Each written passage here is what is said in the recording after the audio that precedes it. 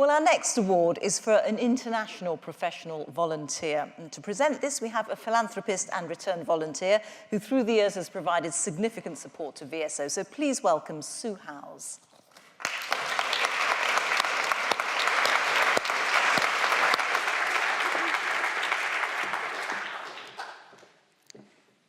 Well, good evening, everybody.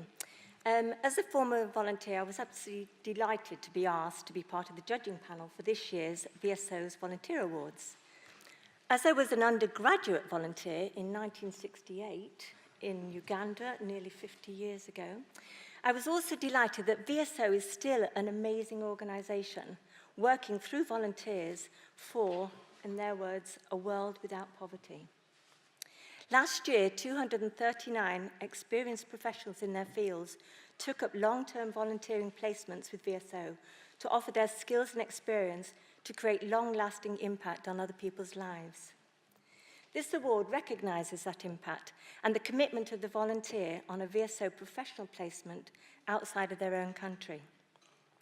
The shortlisted volunteers are all a wonderful testament to the VSO ethos.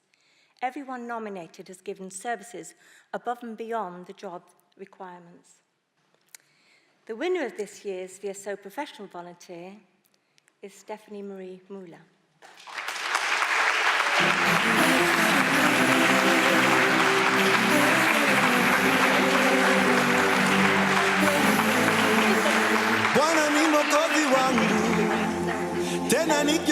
Before I give Steffi the award, or before I let her speak, let me just say why she was chosen.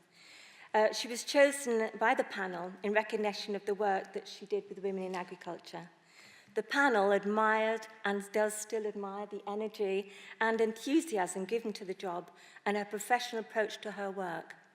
Steffi began her stay in Bangladesh as a corporate volunteer, but when this placement came to an end, she gave up a lucrative HR position, I believe, and took on a position as a full-time volunteer working on the Growing Together project. We were so impressed by her skills, commitment, dedication, and innovative approach to her role. The results of this work, which I don't know if you're going to talk about, but they've already been well documented. One statistic especially resonates with the VSO ethic. 90% of women involved in the project say their confidence has been improved, as well as the additional anecdotal evidence of the transformational effect on their families and households that their taking part in this project has meant. Steffi has gone way beyond her VSO remit and the work she has done in Bangladesh and rightly deserves the Professional Volunteer Award for 2017. Many congratulations. Thank you.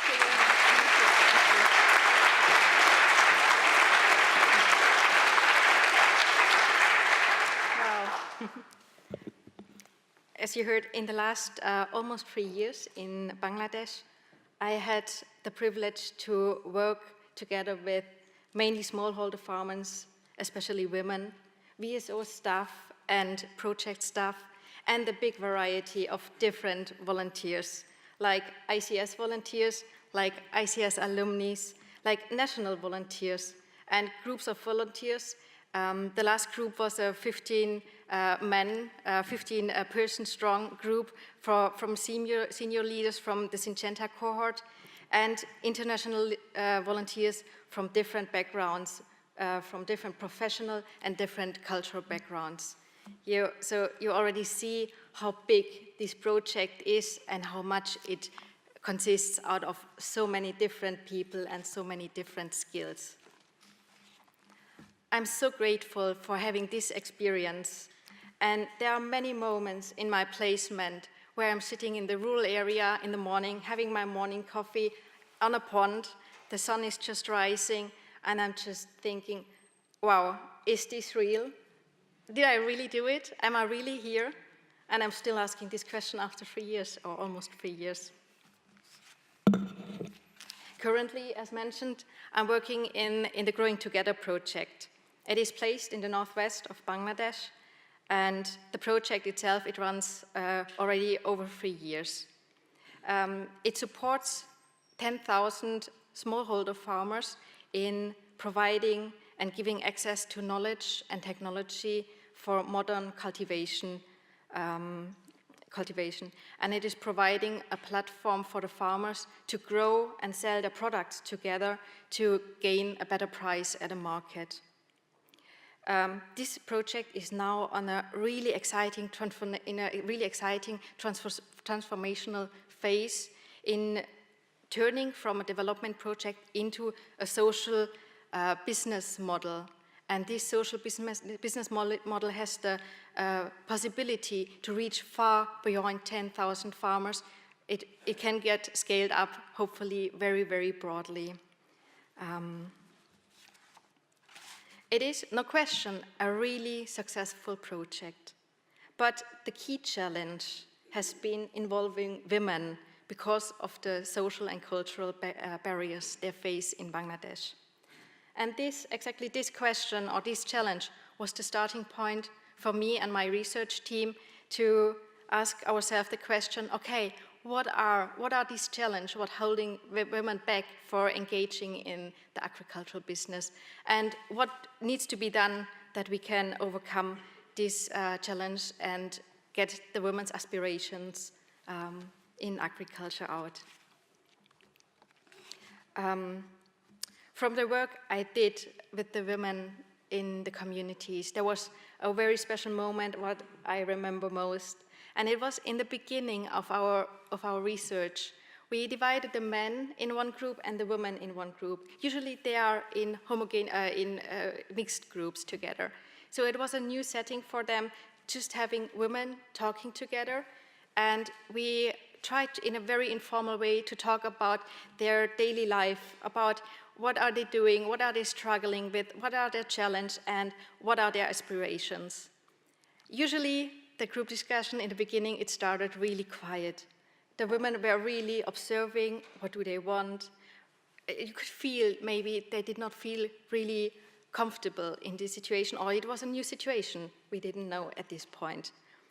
Until to the moment when the first woman started to tell a story about herself. My Bangla was not quiet enough to really catch everything, but from her body language, I could tell she was telling about something she was really struggling in life. And Noreen, my counterpart from Bangladesh, a national volunteer, she looked at me, we had a very short, and oh my God, how can we save the situation? But we haven't had to, because the other women from the community joined in, conversation started, the women connected with each other. And it took a while, so we were completely out, and just the women were talking. And in the end, they went out of it with a big hug and a really, really bright laugh and of this conversation we witnessed. And the woman who was telling this story in the first place, who had the courage to talk about it, she came to us with a very relaxed face and said, this was the first time we met as an only woman group. And we could talk about us, and it felt so great. This award symbolizes for me to be part of an extraordinary team of people working with passion. And this team is very much driven by a previous VSO volunteer who has been the country director of Bangladesh for the last couple of years, Simon Brown. And a big thanks goes also to him. Thank you.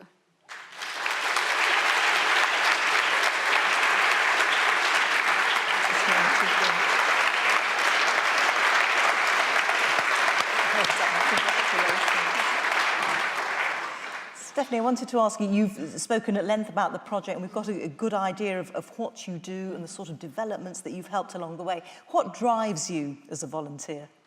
You'll have to speak into the microphone. I think there are so many things. Definitely being on the ground and talking to the women, just sitting there and listening to them and to learn that, to give them a voice. And doing this in a great team with people with the same passion, I think that's important for me and that drives me. And being in a structure where I know we are supported, and this structure was given by the whole program, by the whole team, by the whole project, and by VSO. Lovely. Stephanie, thank you very much. Thank you. Well done. Congratulations.